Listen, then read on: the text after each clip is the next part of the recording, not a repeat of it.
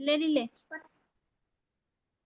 ओम ज्ञानतिमिरान्धस्य ज्ञानञ्जनशलाकया चक्षुरुन्मिलितमेन तस्मै श्रीगुरुवे नमः। श्रीचैतन्यमनोभीष्टं स्थापितं येन भूतले स्वयं रूप कदा मह्यं ददाति स्वपदान्तं। श्रीपूर्णवैष्णवाचं श्रीरूपं साग्रजातं सगण रघुनाथान्वितं तं सजीवं साद्वैतं सावधूतं परिजनसहितं कृष्णचैतन्यदेवं श्री राधा कृष्ण पादान सगण ललिता श्री विशाखान्विताश्च नार नित्यानंदम नमस्तुभ्यं प्रेमानंद प्रदायते कलौकल्मस्य नाशाय जानवीपतये नमो नमो महावदन्याय कृष्ण प्रियं प्रदायते कृष्णाय कृष्ण चैतन्य नामने गुरुदित नमः पंचतत्वात्मकं कृष्णं भक्तरूप स्वरूपकं भक्तावतारं भक्ताख्यं नमामि भक्तिशक्तिकं हे कृष्ण करुणा सिंधु दीनबंधु जगत्पते गोपेश गोपिका कांत राधा कांत नमस्तुते तप्त कांचन गौरांगे श्री राधे वृंदावनेश्वरी वृषभानुसुते देवी प्रणमामि हरिप्रिये वाञ्छाकल्पतरुवृक्षा कृपा सिन्धुभ्येव च पतितानां पावनेभ्यो वैष्णवेभ्यो नमः। जय श्री कृष्ण चैतन्य प्रभु नित्यानंद श्री अद्वैत गदाधर श्रीवासादि श्री गौर भक्तवृंद हरे कृष्ण कृष्ण कृष्ण हरे हरे हरे राम राम राम हरे हरे। इसमें आज हम लोग को श्रीमद् भगवद गीता अध्याय 4 और श्लोक संख्या 38 नंबर पढ़ना है। टाइटल है दिव्य ज्ञान। बता रहे हैं, न ही ज्ञानेन सदृशम पवित्रम यह विद्यते न त्व स्वयं योग संसिद्धि काले नात्मनि विन्दति। इस संसार में दिव्य ज्ञान के समान कुछ भी उदात्त तथा शुद्ध नहीं है। ऐसे ज्ञान समस्त योग का परिपक्व फल है। जो व्यक्ति भक्ति में सिद्ध हो जाता है वह यथा समय अपने अंतर में इस ज्ञान का आस्वादन करता है। तो यहाँ पर भगवान भगवद गीता के माध्यम से बताना चाहते हैं कि इस संसार में दिव्य ज्ञान के समान कुछ उदात्त और शुद्ध नहीं। जो दिव्य ज्ञान है, ट्रांसडेंटल नॉलेज, जो भगवान ने ये दिव्य ज्ञान के माध्यम से हमें बताया है, इस ज्ञान को सीखना, यही शुद्ध, इससे शुद्ध ज्ञान कोई दूसरा ज्ञान नहीं है। ऐसे ज्ञान समस्त योग का परिपक्व फल है। ये क्या है? समस्त जो भी हमने योग बताया अभी अभी तक भगवत गीता में, अष्टांग योग, ध्यान योग और कर्म योग, इस तरह से बहुत सारे योग का भगवान ने वर्णन किया। उसमें से जो ये दिव्य ज्ञान का योग है, भक्ति योग है, उसके समान कोई योग दूसरा नहीं है। यही सारे ज्ञान का परिपक्व फल है। जो व्यक्ति भक्ति में सिद्ध हो जाता है वह यथा समय अपने अंतर में इस ज्ञान को आस्वादन करता है। ये जो ज्ञान दिया भगवान ने चौथे अध्याय में, जब व्यक्ति भक्ति में सिद्ध हो जाता है तब इस ज्ञान को उसको, ये ज्ञान उसको रियलाइज होता है। इसीलिए इसको दिव्य ज्ञान बोला गया। भगवत गीता का एक एक अध्याय जो हमारे आध्यात्मिक जीवन के लिए बहुत इंपॉर्टेंट है। ये जब व्यक्ति इस दिव्य ज्ञान मतलब चौथे अध्याय को तभी रियलाइज करेगा जब वो व्यक्ति भक्ति में सिद्ध हो जाएगा। तब वह यथा समय अपने अंतर में इस ज्ञान का आस्वादन करेगा। ये ज्ञान उसके हृदय में तब प्रकट होगा जब भक्ति करके सिद्धि अवस्था को प्राप्त कर लेगा। मतलब साधना सिद्धि अवस्था में ये सारे ज्ञान उसके हृदय में प्रकट हो जाएंगे। जब हम दिव्य ज्ञान की बात करते हैं तो हमारा प्रयोजन आध्यात्मिक ज्ञान से होता है। निसंदेह दिव्य ज्ञान के समान कोई भी उदात्त या शुद्ध नहीं है। अज्ञान ही हमारे बंधन का कारण है और ज्ञान हमारी मुक्ति का।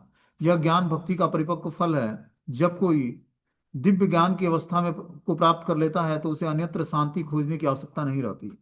जब व्यक्ति दिव्य ज्ञान में स्थिर हो जाता है तो उसको अन्यत्र कहीं शांति खोजने की आवश्यकता नहीं है। भक्ति ही से ही उसको क्या होता है? शांति भी मिलती है और संपन्नता। वह अन्यत्र शांति खोजने की आवश्यकता नहीं होती, क्योंकि वह मन ही मन शांति का आनंद लेता है। दूसरे शब्दों में ज्ञान तथा शांति का पर्यवसान कृष्ण भावनामृत में होता है। भगवत गीता के संदेश का यही चरम परिणत है कि जब वो भगवत गीता के आदेश का पालन करता है तो ज्ञान और शांति स्वाभाविक रूप से उसको मिलती है। ठीक है ना? तो दिव्य ज्ञान की अवस्था प्राप्त कर लेने पर अन्यत्र किसी वस्तु में शांति खोजने की आवश्यकता नहीं होती कि अब चलो ध्यान करते हैं या फिर कर्मयोग का पालन करते हैं, ये कुछ नहीं। बस वो क्या करेगा? बस इस अवस्था को प्राप्त करने पर, क्या कृष्ण भावनामृत की स्थिति को प्राप्त कर लेने पर अन्यत्र कहीं शांति खोजने की आवश्यकता नहीं होती है। यही भगवत गीता के संदेश की चरम परिणति है। भगवत गीता का जो संदेश है उसका चरम लक्ष्य क्या है? कि कृष्ण भावनामृत में हम ज्ञान तथा शांति को का पर्यवसान कर सकें। मतलब ज्ञान और शांति को प्राप्त कर सकें कृष्ण भावनामृत का अनुशीलन करके। आगे 39वें श्लोक में बोलते हैं भगवान की, श्रद्धा वा लभते ज्ञानम तत्परत्वन यतेन्द्रियम ज्ञान लब्ध्वा शांति मौचीरेणाधिगच्छति। जो श्रद्धालु दिव्य ज्ञान में समर्पित है और जिसने इंद्रियों को वश में कर लिया है वह इस ज्ञान को प्राप्त करने का अधिकारी होता है। और इसे प्राप्त करते ही वह तुरंत आध्यात्मिक शांति को प्राप्त होता है। देखो क्या इंपॉर्टेंट बात बता रहे हैं कि जो श्रद्धालु दिव्य ज्ञान में समर्पित है, जब व्यक्ति दिव्य ज्ञान में समर्पित होने का मतलब है कि दिव्य ज्ञान के अनुसार अपने जीवन को ढाल लेना, जिससे इंद्रियों को वश में कर लिया जाए तो वो ज्ञान को प्राप्त करने का अधिकारी हो जाता है। जैसे ही हमारे सेंसेज हमारे कंट्रोल में होंगे, वैसे ही हम दिव्य ज्ञान के प्राप्त करने का अधिकारी हो जाएंगे। और सेंस कब कंट्रोल में होंगे? जब हम आध्यात्मिक चीजों को स्वीकार करेंगे। जब हमारी साधना की सिद्धि अवस्था का मतलब है कि हमारे सेंसेस कंट्रोल में आ जाना है। हमारे सेंसेस में जब दिव्यता आएगी, तभी हम आध्यात्मिक जीवन को समझने की योग्यता आ पाएगी हमारे अंदर। जितनी मात्रा में हम काम वासनाओं से अपने को अलग करेंगे, उतनी मात्रा में भगवत प्रेम के रास्ते पर आगे बढ़ते जाएंगे। क्योंकि ये काम वासनाएं कामनाएं हमारी भौतिक प्रेम का आध्यात्मिक प्रेम का विकृत स्वरूप है। जितना ही हम काम वासनाओं से छूटेंगे, उतना ही हम भगवान के अपने करीब पाएंगे, आध्यात्मिक जीवन में प्रोग्रेस करेंगे। इसीलिए अपने कामनाओं को रेगुलेट करना है हमें। आध्यात्मिक जीवन का मतलब है कि इंद्रिय भोग की वासनाओं से अतृप्ति हो जाना, तृप्त करने की वासनाओं से मुक्ति प्राप्त कर लेना। अच्छा खाना, अच्छा पहनना, अच्छे देखना, अच्छे सुनना, इन सब वासनाओं से जब हम छूटेंगे, ठीक है ना, जैसे हमारे पांच ज्ञानेंद्रियां हैं, पांच ज्ञानेंद्रियों को जब हम दिव्य स्तर पर भगवान की सेवा में लगाएंगे, तो पांचों ज्ञानेंद्रियों के अंदर दिव्यता आ जाएगी। और दिव्य स्तर पर ही इस इंद्रियों को हम भगवान की सेवा में लगाकर आध्यात्मिक जीवन में प्रोग्रेस कर पाएंगे। बता रहे हैं कि जो श्रद्धालु दिव्य ज्ञान में समर्पित है, जिसने इंद्रियों को वश में कर लिया है, वह इस ज्ञान को प्राप्त करने का अधिकारी होता है। जब तक हम इंद्रियों को सेंसेस को वश में नहीं करेंगे, पांच हमारी ज्ञान इंद्रियां हैं, जब तक वश में नहीं आएंगी, तब तक हम इस दिव्य ज्ञान को प्राप्त करने का अधिकारी नहीं बनेंगे। और इसे प्राप्त करते ही वह तुरंत आध्यात्मिक शांति को प्राप्त करता है। जब हमारे सेंसेस कंट्रोल में आ जाते हैं, तब हमें वास्तव में आध्यात्मिक शांति मिलती है। जब हम नेत्रों से सुंदर स्वरूप का भगवान का दर्शन करते हैं, कानों से भगवान की कथाओं का श्रवण करते हैं, जीवा से भगवान का प्रसाद और नाम उच्चारण करते हैं, ठीक है ना, घ्राण इंद्रियों से भगवान को फूल या पुष्प या इत्र जो भी ऑफरिंग करते हैं उसको सूंघते हैं, और त्वचा से भगवान की सेवा करते हैं, तो हमें एक अद्भुत शांति का अनुभव होता है। ठीक है। तो ये तभी होगा जब हम दिव्य ज्ञान में अपने को समर्पित करेंगे और दिव्य ज्ञान के माध्यम से इंद्रियों को वश में कर लेंगे। बोलते हैं श्री कृष्ण में दृढ़ विश्वास रखने वाला व्यक्ति ही इस तरह का कृष्ण भावनामृत ज्ञान प्राप्त कर सकता है। जिसकी दृढ़ श्रद्धा है भगवान की, कृष्ण में, वही व्यक्ति कृष्ण भावनामृत के ज्ञान को प्राप्त कर सकता है। श्रद्धा शब्द विश्वास के लिए सुदृढ़ निश्चय। तो सुदृढ़ विश्वास कब होगा? जब हमारी श्रद्धा परिपक्व होगी और विश्वास उत्पन्न होगा कि कृष्ण भक्ति कैले सर्वकर्म कृत है, कि भगवान कृष्ण की भक्ति करने से समस्त कार्य हमारे संपन्न हो जाएंगे। उस परिस्थिति में हम पूर्ण रूपेण ज्ञान प्राप्त करके कृष्ण भावना भावित हो पाते हैं। वही पुरुष श्रद्धावान होता कहलाता है, जो यह सोचता है कि कृष्ण भावना भावित होकर कर्म करने से वह परम सिद्धि प्राप्त कर सकता है। यह श्रद्धा भक्ति के द्वारा तथा हरे कृष्ण मंत्र के जप के द्वारा प्राप्त किया जा सकता है, क्योंकि इसके हृदय से सारी भौतिक मलिनता दूर हो जाती है। इसके अतिरिक्त मनुष्य को चाहिए कि अपनी इंद्रियों को संयम में रखे। जो व्यक्ति कृष्ण के प्रति श्रद्धावान है और जो इंद्रियों को संयमित रखता है, वह शीघ्र ही कृष्ण भावनामृत के ज्ञान में पूर्णता प्राप्त कर लेता है। तो अगर जो हम कृष्ण भावनामृत के ज्ञान में पूर्णता प्राप्त करना चाहते हैं, तो हमें हरे कृष्ण मंत्र का ध्यान पूर्वक जप करना पड़ेगा, जिससे हृदय की सारी मलिनता दूर होगी, और अपने इंद्रियों को संयमित करना होगा। यही इस श्लोक का सार है। जो व्यक्ति कृष्ण के प्रति श्रद्धावान है और जो इंद्रियों को संयमित रखता है, वह शीघ्र ही कृष्ण भावनामृत के ज्ञान में पूर्णता प्राप्त कर सकता है। जैसे ही हमारे सेंसेस कंट्रोल में होंगे और हम ध्यान पूर्वक महामंत्र का जाप करेंगे, वैसे ही हमें पूर्ण रूपेण कृष्ण पर श्रद्धा उत्पन्न होगी।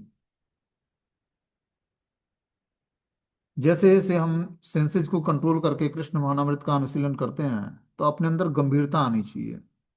चीटिंग, जो हमारी नेचर है, चीट करने की, धोखा देने की, गलतियां करने की, अपूर्ण इंद्रियां, इन चीजों से छुटकारा प्राप्त करना है हमें। तब जाकर हम भगवान की भक्ति को समझेंगे। और बहुत ही बड़े चौड़े भक्तों में भी चीट करने की वो होती है, एक नेचर होता है, क्योंकि भौतिक संसार में व्यक्ति एक दूसरे को चीट करके आगे बढ़ता है। आध्यात्मिक संसार में आध्यात्मिक संसार में व्यक्ति जितना ही सरल होगा, उतना ही भगवान के करीब होगा। समझ रहे बात को? यहाँ पे दोहरा व्यवहार नहीं करना हमें, ड्युअलिटी नहीं दिखानी है अपनी, कि अंदर से कुछ और सोचते हैं, बाहर से कुछ और सो करते हैं। ये सब चीजें भावनाएं, गलत भावनाएं, इसको छोड़ना है। अपने को सरलता लानी है। ये सब किस लिए करना है? किसको ठगना है?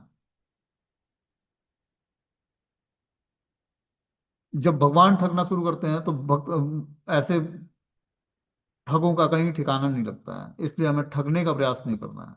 समझ बात को, ड्युअलिटी व्यवहार नहीं करना, दोगलापन व्यवहार नहीं करना है। जितना ही व्यवहार हमारा सरल होगा उतना ही हम तत्व से भगवान कृष्ण को जानेंगे। अपना समय हम लगा रहे हैं भक्ति में, तो क्यों ना हम अपना व्यवहार ऐसा कर रखें कि हम अच्छे तरीके से भगवान के भक्ति को संपन्न करके अपने अंदर हम दिव्य गुणों का कल्टीवेशन कर सकें। क्या इसलिए मनुष्य जीवन मिला है कि हमारी इंद्रियां अपूर्ण हो, हम गलती करें, धोखा दें और ठगने की प्रवृत्ति हो दूसरे को। ये तो भौतिक संसार में व्यक्ति करता है। फिर हमारे आध्यात्मिक जीवन में चलने का फायदा क्या हुआ? कुछ नहीं हुआ। इन लक्षणों को छोड़कर ही हम दिव्य धरातल पर कार्य कर पाएंगे। जब व्यक्ति में कोई नेचर हावी हो जाता है तो सारी इंद्रियां उसको सपोर्ट करती हैं। आपका गुण, आपका नेचर उस गलतियों को सपोर्ट करेगा। जब आप किसी बैड हैबिट्स को अपना रूटीन बना लोगे, उस हैबिट से आपको छूटने में बहुत लंबा टाइम लगेगा, और उस हैबिट को आप छोड़ोगे नहीं, वो आपका नेचर बन जाएगा। इसलिए हमें जो लगता है कि हमसे गलतियां हो रही हैं या हमारे अंदर ये गलत लक्षण है, उस गलत लक्षणों को छोड़ देना है। नहीं तो वो आपका हैबिट बन जाएगा और वो भक्ति में ग्रोथ नहीं करने देगा।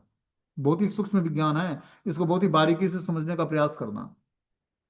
कोई गलत हैबिट है हमारे अंदर, उस हैबिट्स को हम बार बार यूज करते हैं, उससे छुटकारा प्राप्त नहीं करना चाहते हैं, तो वो हैबिट आपके एकदम नेचुरल बन जाएगा, लगेगा कि ये गॉड गिफ्टेड है हमारे अंदर। उससे हम छुटकारा प्राप्त कर ही नहीं पाएंगे, और वो जब तक रहेगा तब तक हमारा भक्ति में ग्रोथ नहीं होगा। और इस चार दोषों के कारण ही जीवात्मा बद्ध अवस्था में होता है। इसीलिए बहुत सावधानी पूर्वक इस रास्ते पर चलना है। आध्यात्म का रास्ता बहुत ही सरल और नेचुरल है। ये मनुष्य का एक नेचर है कि वो कृष्ण भक्ति को अडॉप्ट करेगा। हर व्यक्ति के अंदर कृष्ण भवनामृत का समावेश है, बस उसको जागृत करना है। लेकिन अपने जो बैड्स हैबिट्स हैं, हमारे जो गंदे आदत है, उसको छोड़ना है। तभी हम आध्यात्मिक जीवन में प्रोग्रेस करेंगे। बहुत सारी उपलब्धि प्राप्त कर लेना या बहुत सारे भक्तों को प्रसन्न कर लेना, ये सब भक्ति चलो ठीक है। लेकिन क्या है कि जब तक हम भगवान को प्रसन्न नहीं करेंगे, अपने अंदर हम गुणों का कल्टीवेशन नहीं करेंगे, तब तक हमारा जो है कुछ होने वाला नहीं है। आध्यात्मिक जीवन जितना आसान दिखता है उतना आसान है नहीं। ठीक है ना? तो हमें क्या करना है? दिव्य गुणों का कल्टीवेशन करना है अपने अंदर। दिव्य गुण तभी आएंगे जब हम अपने इस चार दोषों से छुटकारा प्राप्त करने की इच्छा जागृत करेंगे भगवान के सामने, कि हमारे अंदर ये गलतियों को स्वीकार करना पड़ेगा। तब हम उस हैबिट्स को छोड़ पाएंगे। नहीं तो वो हमारा नेचुरल गुण बन जाएगा। जिस तरह भक्तों के अंदर 26 गुण होते हैं, उसी तरह जो भक्त बन के और चीटिंग करने की प्रोफेशन उसके अंदर ये होती है, क्वालिटी होती है, तो वो उसका गुण बन जाएगा। और वो उसको अपने हैबिट में ला देगा और सबके साथ वैसा ही व्यवहार करेगा। इसीलिए बहुत जल्दी इन सब चीजों से छुटकारा प्राप्त करना है। जो हमें लगे कि हमारे अंदर ये गुण हैं जो हमारे भक्ति के अनुकूल नहीं है, इससे भक्तों को मैं अच्छे तरीके से उनसे व्यवहार नहीं कर पाता, तो इस गंदी आदत को छोड़ देना है। बता रहे हैं कि अज्ञ श्रद्धानस्य संशय आत्मा विनश्यति, नायम लोको अस्ति न परो न सुखम संशयात्मन। किंतु जो अज्ञानी तथा श्रद्धा विहीन व्यक्ति शास्त्रों में संदेह करता है, वे भगवत भावनामृत नहीं प्राप्त कर सकता, अपितु नीचे गिर जाता है, और संशय आत्मा के लिए न तो इस लोक में न परलोक में कोई सुख है। संशय आत्मा, संशय आत्मा मतलब जो हमेशा संशय में रहता है कि ये कार्य सही है या गलत है, ये व्यक्ति सही है या गलत है, मैं सही हूं या गलत हूं। क्या है? उसको संशय है। ये कैसे चेक होगा कि हम गलत हैं या सही हैं, अगला व्यक्ति सही है या गलत है? मैं जो सोचता हूँ क्या वो भी वही सोचता है? तो वो क्या सोचता है, वो भी अगर जो हम ही सोच लेंगे तो फिर वो क्या सोचेगा? आप बात समझ रहे हो? अगले व्यक्ति को, जैसे मान लो कि व्यक्ति के विचार में किसी व्यक्ति को लेकर बहुत सारे विचार उत्पन्न होते हैं कि प्रभु जी हमारे बारे में क्या सोच रहे होंगे, और मैं उनके बारे में क्या सोच रही हूँ या सोच रहा हूँ। वो क्या हमारे बारे में सोच रहे हैं, वो आपको सोचने की जरूरत नहीं है।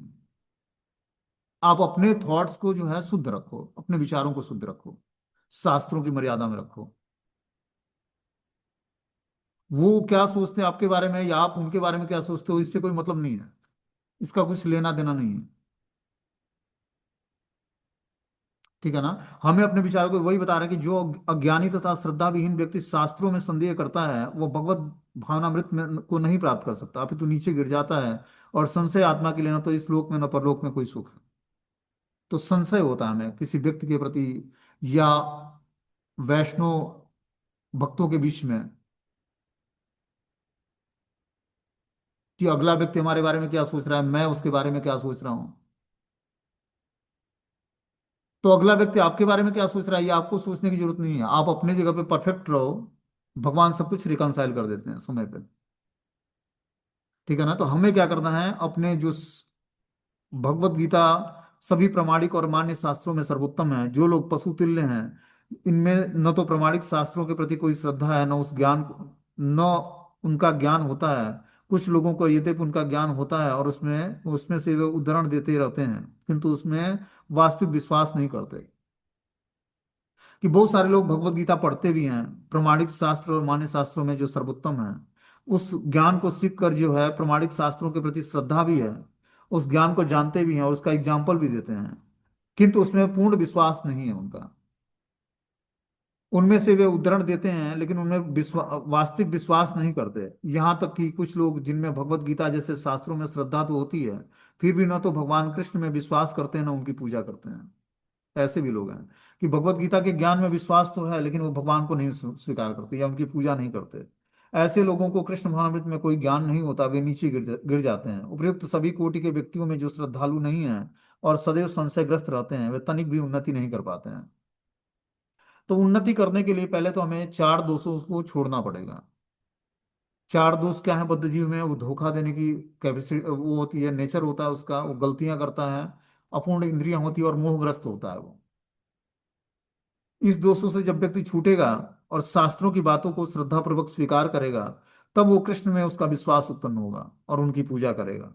ऐसे लोगों को कृष्ण महामृत का कोई ज्ञान नहीं होता, वे नीचे गिर जाते हैं।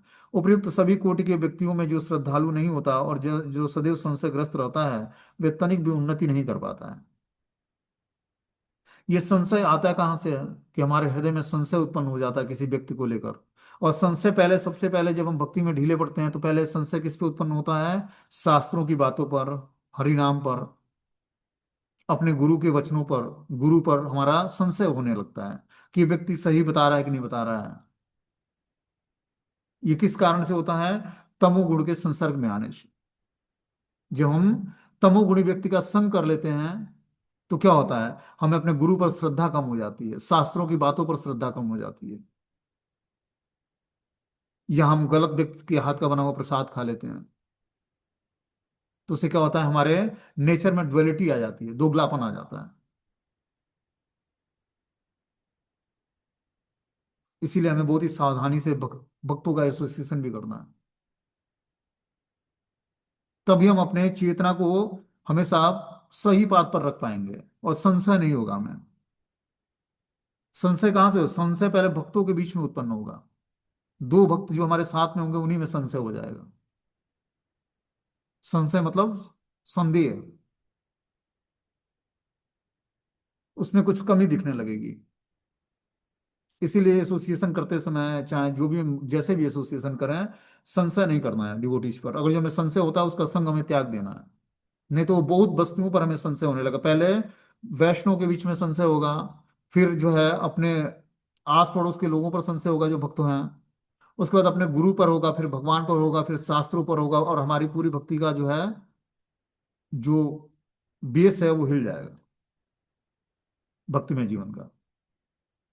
इसीलिए एसोसिएशन सोच समझ के करना है। जिसमें दिव्य गुण नहीं है, सात्विक गुणों को धारण नहीं करता, उसके एसोसिएशन से हमारी चेतना दूषित हो जाती है, और चेतना दूषित होने से हम भी संशयग्रस्त हो जाते हैं।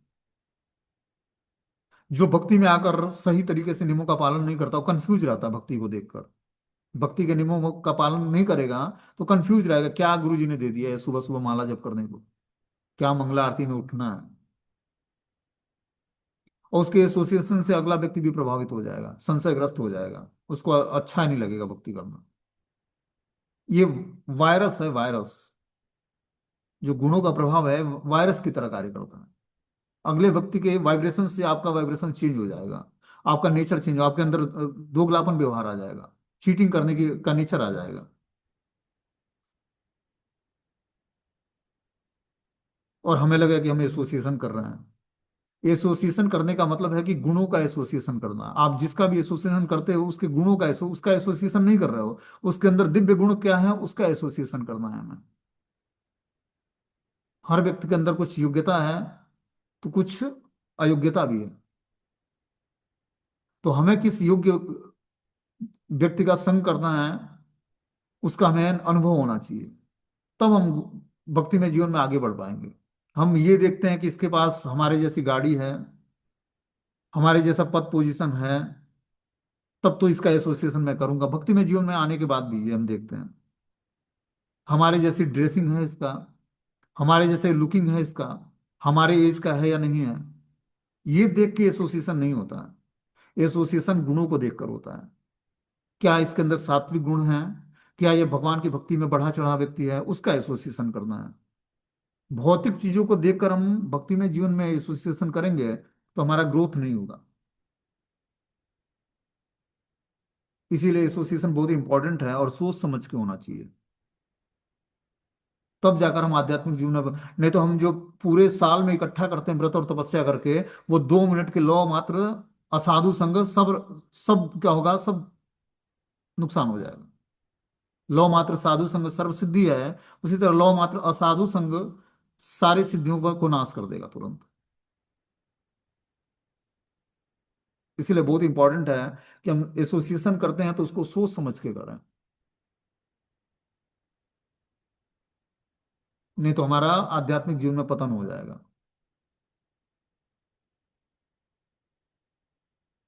बोलते हैं अतः मनुष्य को चाहिए कि श्रद्धा भाव से शास्त्रों के सिद्धांतों का पालन करे और ज्ञान प्राप्त करे। इसी ज्ञान से मनुष्य आध्यात्मिक अनुभूति के दिव्य पद पर पहुंच सकता है। दूसरे शब्दों में आध्यात्मिक उत्थान में संशयग्रस्त मनुष्य को कोई स्थान नहीं मिलता। अतः मनुष्य को चाहिए कि परंपरा में चले आ रहे महान आचार्यों के पद चिन्हों का अनुसरण करके सफलता प्राप्त करे। देखो क्या बात बता रहे हैं कि इस ज्ञान से मनुष्य आध्यात्मिक अनुभूति के दिव्य पद पर पहुंच सकता है। जो दिव्य ज्ञान है इसको हम सुनते हैं सीखते हैं तो हम दिव्य आध्यात्मिक अनुभूतियों के दिव्य पद को प्राप्त कर सकते। जब तक हमारे जीवन में भक्ति करके ज्ञान को अर्जित करके अनुभूतियां नहीं हो, मतलब रियलाइजेशन नहीं होगा, तब तक हम दिव्य धरातल पर अपनी चेतना को स्थिर नहीं कर पाएंगे। इसलिए आध्यात्मिक अनुभूति हमें क्या करता है, गलत हैबिट्स को, गलत आदतों को, गलत लोगों के संसर्ग को छुड़ाता है। जैसे जैसे पांचों ज्ञानेंद्रियों में दिव्यता आएगी, नेत्रों से सब कुछ अल्ट्रासाउंड हो जाता है। जो व्यक्ति सामने आएगा उसका एक्सरे हो जाएगा पूरा कि कैसा व्यक्ति है ये, एसोसिएशन के लायक है या नहीं है। यहां तक कि ये भी दिख जाएगा कि क्या करके आ रहा है ये।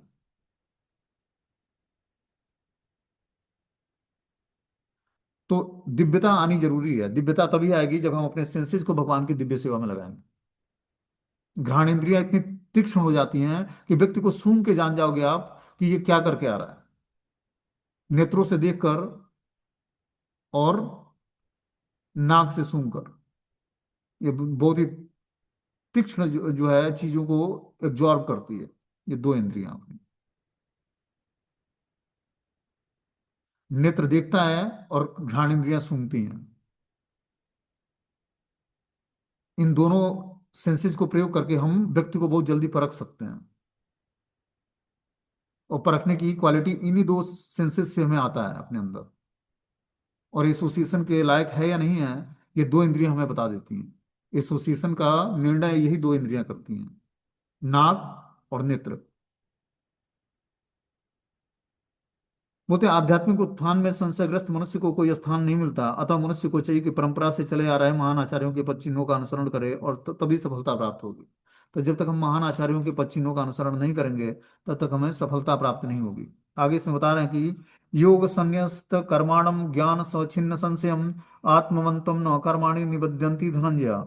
जो व्यक्ति अपने कर्म फलों का परित्याग करते हुए भक्ति करता है, जिसके संशय दिव्य ज्ञान द्वारा विनष्ट हो चुके हैं, वही वास्तव में आत्मपरायण है। हे धनंजय, वह कर्मों के बंधन से नहीं बनता। तो अगर जो हमें कर्मों के बंधन में नहीं बनना है तो कर्म के फलों का परित्याग करके ही भक्ति करनी होगी। जो हम कर्म करते हैं उसके फलों का परित्याग करना है। जिससे संशय दिव्य ज्ञान द्वारा विनष्ट हो चुके हैं, वही वास्तव में आत्मपरायण है। जब हम दिव्य ज्ञान सीखते हैं तो हमारे सारे संशय नष्ट हो जाते हैं। और संशय के नष्ट होने से हम आत्मपरायण बन पाते हैं, आत्मा के वास्तविक स्वरूप को जान पाते हैं। हे धनंजय, वह कर्मों के बंधन में नहीं बनता है। जब हम आत्मपरायण होंगे, आत्मा के वास्तविक स्वरूप को में स्थिर हो जाएंगे, तब हम धीरे धीरे कर्मों के बंधन में नहीं बंधेंगे। कर्मों के बंधन से छूटने के लिए हमें आत्मपरायण होना होगा। आत्मपरायण तभी होंगे जब हम संशय से मुक्त होंगे। संशय से मुक्त तभी होंगे जब हम दिव्य ज्ञान को सीखेंगे, और दिव्य ज्ञान को सीखने के लिए हमें कर्म फलों का परित्याग करना पड़ेगा।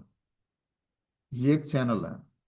जैसे ही हम कर्म का फलों का परित्याग करेंगे, वैसे ही हम भक्ति में स्थिर होकर दिव्य ज्ञान को सीख पाएंगे। दिव्य ज्ञान के सीखने से हमारा संशय नष्ट होगा। संशय के नष्ट होने से हम आत्मपरायण बनेंगे, और आत्मपरायण होने से हम कर्मों के बंधन में नहीं बंधेंगे।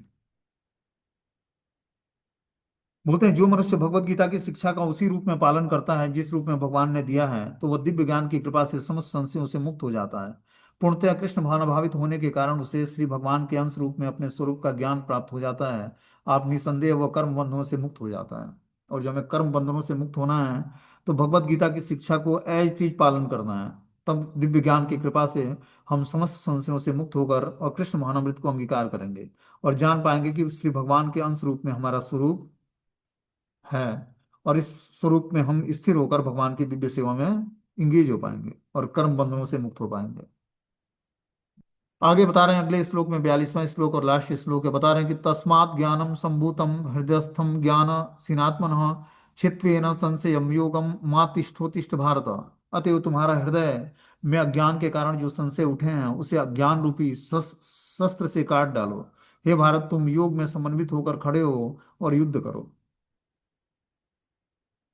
तो तुम्हारे हृदय में अज्ञान के कारण जो संशय उठे हैं, अज्ञान के कारण व्यक्ति के हृदय में संशय उत्पन्न होता है। अज्ञान मतलब तमोगुण, इग्नोरेंस। अज्ञानता के कारण हृदय में संशय उत्पन्न होता है। ठीक है ना। और संशय ज्ञान रूपी शस्त्र से ही काटा जा सकता है। जब हम ज्ञान को सुनते हैं, ज्ञान मतलब जब हम आध्यात्मिक ज्ञान को सुनते हैं, तब हम धीरे धीरे अपने हृदय की अज्ञानता को नष्ट कर पाते हैं और हमारे संशय दूर होते हैं। तुम योग में समन्वित होकर खड़े हो और युद्ध करो। तो हमें इस भौतिक संसार में युद्ध करने के लिए माया के खिलाफ क्या करना पड़ेगा? योग में समन्वित होना पड़ेगा। योग में समन्वित होने का मतलब है कि अपने सेंसेस को भगवान की दिव्य सेवा में लगाकर भगवान की भक्ति में अपने को एग्जॉर्ब करना पड़ेगा। तब हम ज्ञान रूपी शस्त्र से हृदय की अज्ञानता को काट कर और संशयों को नष्ट कर पाएंगे। बोलते हैं इस अध्याय में जिस योग पद्धति का उपदेश हुआ है, वह सनातन योग कहलाता है। इस योग में दो तरह के यज्ञ कर्म किए जाते हैं। एक तो द्रव्य का यज्ञ और दूसरा आत्मज्ञान यज्ञ, जो विशुद्ध आध्यात्मिक कर्म है। यदि आत्म साक्षात्कार के लिए द्रव्य यज्ञ नहीं किया जाता, तो ऐसे यज्ञ भौतिक बन जाते हैं। किंतु जब कोई आध्यात्मिक उद्देश्य या भक्ति से ऐसा यज्ञ करता है, तो पूर्ण यज्ञ कहलाता है। तो बता रहे हैं कि जिस योग पद्धति का उपदेश हुआ है यहाँ पर, वह सनातन योग कहलाता है। भक्ति योग सनातन योग है। सनातन योग मतलब ये हमेशा रहने वाला योग है। जो योग पद्धति का उपदेश भगवान ने दिया है, वो सनातन योग कहलाता है। इस योग में दो तरह के यज्ञ कर्म किए जाते हैं। एक तो द्रव्य का यज्ञ और दूसरा है आत्मज्ञान, जो विशुद्ध आध्यात्मिक कर्म है। यदि आत्म साक्षात्कार के लिए द्रव्य यज्ञ नहीं किया जाता, तो ऐसे यज्ञ भौतिक बन जाते हैं। और जब हम आत्म साक्षात्कार के लिए द्रव्य यज्ञ नहीं करेंगे, तो वो यज्ञ भौतिक बन जाएगा। किंतु जब कोई आध्यात्मिक उद्देश्य या भक्ति से ऐसा यज्ञ करता है, तो वो पूर्ण यज्ञ कहलाता है। आध्यात्मिक क्रिया भी दो प्रकार की होती है, आत्मबोध तथा श्री भगवान विषयक सत्य। जो भगवत गीता के मार्ग का पालन करता है, वो ज्ञान की उन दोनों श्रेणियों को समझ सकता है। उसके लिए भगवान के अंश स्वरूप आत्मज्ञान को प्राप्त करने में कोई कठिनाई नहीं होती। ऐसे ज्ञान लाभप्रद हैं क्योंकि ऐसा व्यक्ति भगवान के दिव्य कार्यकलापों को समझ सकता है। इस अध्याय के प्रारंभ में स्वयं भगवान ने अपने दिव्य कार्यकलापों का वर्णन किया है। जो व्यक्ति गीता के उपदेश को नहीं समझ पाता, वह श्रद्धाविहीन है। और जो भगवान द्वारा उपदेश देने पर भी भगवान के सच्चिदानंद स्वरूप को नहीं समझ पाता, वह समझना चाहिए कि वह निपट मूर्ख है। तो बता रहे हैं कि आध्यात्मिक क्रिया भी दो प्रकार की होती है। एक आत्मबोध, अपने स्वरूप को समझना, तथा श्री भगवान विषयक सत्य, कि भगवान के विषय में जो भगवान यथार्थ में सत्य हैं, उस बातों को स्वीकार करना। भगवत गीता के मार्ग का पालन करता है, वह ज्ञान की उन दोनों श्रेणियों को समझ पाता है कि आत्मबोध भी कर लेता है, अपने स्वरूप को भी जान लेता है और भगवान को भी जान लेता है, और भगवान से अपने संबंध को भी जान लेता है। इस तरह बताने की स्वरूप आत्मज्ञान को प्राप्त करने में कोई कठिनाई नहीं है। ऐसा ज्ञान लाभप्रद है क्योंकि ऐसा व्यक्ति भगवान के दिव्य कार्यकलापों को समझ सकता है। हमें भगवान के दिव्य कार्यकलापों को समझने के लिए क्या करना पड़ेगा? भगवान के जन्म और कर्म की दिव्य लीलाओं को सुनना पड़ेगा, तब हम भगवान के दिव्य स्तर पर भगवान की दिव्यता को जान पाएंगे। इस अध्याय के प्रारंभ में स्वयं भगवान ने अपने दिव्य कार्यकलापों का वर्णन किया है। कि भगवान के दिव्य क्या कार्यकलाप हैं, उसका वर्णन भगवान ने इस अध्याय के शुरुआत में किया है। जो व्यक्ति गीता के उपदेशों को नहीं समझता, वह श्रद्धा विहीन है और भगवान द्वारा उपदेश देने पर भगवान के सच्चिदानंद स्वरूप को नहीं समझ पाता। जो यह समझना चाहता है, समझना चाहिए कि वह निपट मूर्ख है। बता रहे हैं, जो भगवान ने भगवत गीता के माध्यम से उपदेश दिया है, उस हिसाब से हम भगवान के सच्चिदानंद स्वरूप को समझ पाएंगे। और जो व्यक्ति नहीं समझ पाता है, वो निपट मूर्ख बता रहे हैं यहाँ पर। कि कृष्ण मोहनामृत के सिद्धांतों को स्वीकार करके अज्ञानता को क्रमशः दूर किया जा सकता है। जब हम कृष्ण मोहनामृत के ज्ञान को सीखते हैं, सिद्धांतों को स्वीकार करते हैं, तब हम अपने अज्ञानता से दूर होते हैं। यह कृष्ण भावनामृत विविध देव यज्ञ, ब्रह्म यज्ञ, ब्रह्मचर्य यज्ञ, गृहस्थ यज्ञ, इंद्रिय संयम यज्ञ, योग साधना यज्ञ, तपस्या यज्ञ, द्रव्य यज्ञ, स्वाध्याय यज्ञ और वर्णाश्रम धर्म यज्ञ में भाग लेकर जागृत किया जा सकता है। ये सब यज्ञ कहलाते हैं और ये सब नियमित कर्म पर आधारित हैं। किंतु इन सब कार्यकलापों के भीतर सबसे महत्वपूर्ण कारक आत्म साक्षात्कार है। जो इस उद्देश्य की को खोज लेता है, वो भगवत गीता का वास्तविक पाठक है। किंतु जो कृष्ण को प्रमाण नहीं मानता, वो नीचे गिर जाता है। अतः मनुष्य को चाहिए कि वो सेवा तथा समर्पण समेत किसी प्रमाणिक गुरु के निर्देश में भगवत गीता या अन्य किसी शास्त्र का अध्ययन करे। तो बता रहे हैं कि जब तक व्यक्ति भगवत गीता का वास्तविक पाठक वही है जो कृष्ण को प्रमाण के रूप में मानता है कि कृष्ण ही वास्तविक प्रमाण है और जो उन्होंने उपदेश दिया है, उस ज्ञान को ऐसे ही पालन करना है। अतः मनुष्य को चाहिए कि वह सेवा तथा समर्पण सहित प्रमाणिक गुरु के निर्देश में भगवत गीता जैसे शास्त्र का अध्ययन करे। किसी प्रमाणिक व्यक्ति के अंदर में रहकर जब वो भगवत गीता के शास्त्रों का अध्ययन करेगा, तब वो धीरे धीरे जो है भगवत गीता का वास्तविक पाठक बन पाएगा। प्रमाणिक गुरु अंतकाल से चली आने वाली परंपरा में होते हैं और वो परमेश्वर के उन उपदेशों में से तनिक भी विभक्त नहीं होते हैं जिन्हें उन्होंने लाखों वर्ष पूर्व सूर्य देव को दिया था, जिनसे भगवत गीता के उपदेश इस धराधाम में आया। अतः गीता में ही व्यक्त भगवत गीता के पथ का अनुसरण करना चाहिए। अतः उन लोगों से सावधान रहना चाहिए जो आत्मशलाघावश अन्यों को वास्तविक पथ से विपथ कर देते हैं। भगवान निश्चित रूप से परम पुरुष हैं और उनके कार्यकलाप दिव्य हैं। जो इसे समझता है, वह भगवत गीता का अध्ययन शुभारंभ करते ही मुक्त हो जाता है। तो भगवत गीता एक दिव्य ज्ञान है। इस दिव्य ज्ञान को समझने के लिए हमें गुरु शिष्य परंपरा के माध्यम से इस ज्ञान को स्वीकार करना चाहिए। तब हम धीरे धीरे भगवान की स्थिति को समझ पाएंगे और अपनी स्थिति को समझ पाएंगे। और ये समझ पाएंगे कि भगवान निश्चित रूप से परम पुरुष हैं और उनके कार्यकलाप दिव्य हैं। ये तभी समझ में आएगा जब हम भगवत गीता के ज्ञान को स्वीकार करेंगे।